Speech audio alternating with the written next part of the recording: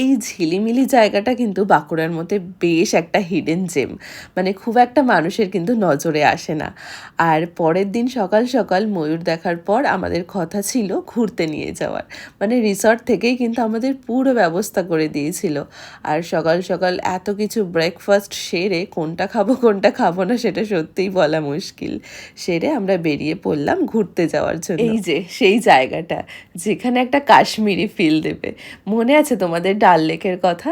ডাল লেকের ঠিক যেমনটা আমি দেখেছিলাম মুভিতে বা কোনো ভিডিওতে, ঠিক তেমনই আমার মনে হয়েছিল যে এই জায়গাটাও কিছুটা ওটারই মতনই। অরণ্য অবকাশে এটা ছিল আমাদের দ্বিতীয় দিন। আর দ্বিতীয় দিনে কিন্তু আমাদের বেশ কয়েকটা জায়গা ঘুরিয়ে ঘুরিয়ে দেখানো হয়েছে। তার মধ্যে থেকে আমি নিজে একটা জায়গা খুঁজে বার করেছি, সেটা হচ্ছে এই যে লেবু, মানে কমলা লেবুর বাগান। এটা ঠিক বাগান নয়, এটা ছিল একটা বাড়ির গাছ। আর দেখো, যাদের বাড়ির গাছ সে আমাকে চেনার সাথে সাথেই একটা লেবু হাতেও ছিঁড়ে দিয়েছে। আমি যে এটা পেয়ে কি খুশি হয়েছি। আর ও তো সেই দৌড়ে গেল ফোন আনতে, কারণ ও আমার সাথে একটা ফটো তুলবে।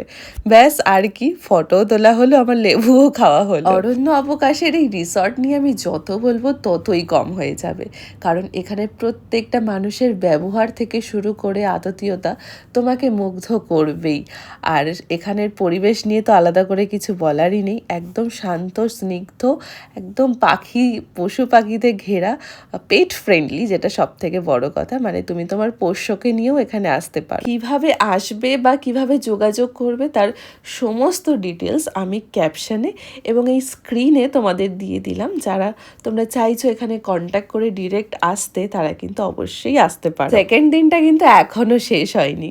খাওয়া দাওয়া মানে লাঞ্চ করে আমাদেরকে আবার ঘুরতে নিয়ে যাওয়া হলো মুকুটমণিপুরে।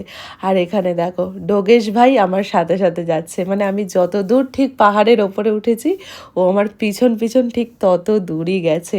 আর ও এত কষ্ট করার জন্য ওকে আমি সবশেষে ট্রিটও দিয়েছিলাম। তো মুকুটমণিপুরটা ঘোরার পর আমাদেরকে নিয়ে যাওয়া হলো আরও একটা সুন্দর জায়গা। কলকাতা থেকে ঝিলিমিলি মানে এই অরণ্য অবকাশের ডিস্টেন্স কিন্তু 230 কিলোমিটার। বা যারা কলকাতা থেকে একদম গাড়ি নিয়ে আসতে চাও, তাদের খড়গপুর, চৌরঙ্গী, লোধাশুলি ফরেস্ট, ঝাড়গ্রামের ওপর দিয়ে ঝিলিমিলি আসতে হবে।